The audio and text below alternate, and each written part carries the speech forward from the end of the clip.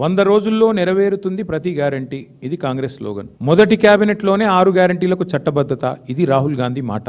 మేము అడుగుతున్నది మీరు చెప్పింది అమలు చేయమనే కదా, మేము చెప్పేది కాదు కదా. ఒకటి తప్ప అన్ని అమలు అంటున్నారు. నేను అంటున్నా ఒకటి తప్ప ఏది అమలు కాలేదని నేను అంటున్నా. ఒకటి కూడా కాదు, అది అర.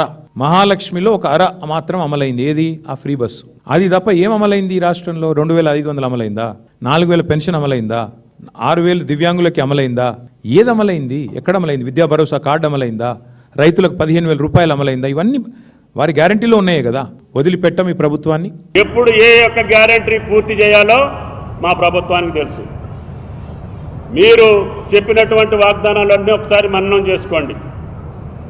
3 ఎకరాల భూమి ఎక్కడ పోయిందో, నిరుద్యోగ భృతి ఎక్కడ పోయిందో, దళిత బంధు ఎన్ని వేల కోట్లు ఇవ్వాలా? మీరు మనిషికి 10 లక్షల దళితులకు ఇవ్వాలంటే ఎన్ని లక్షల కోట్లు ఇవ్వాలి?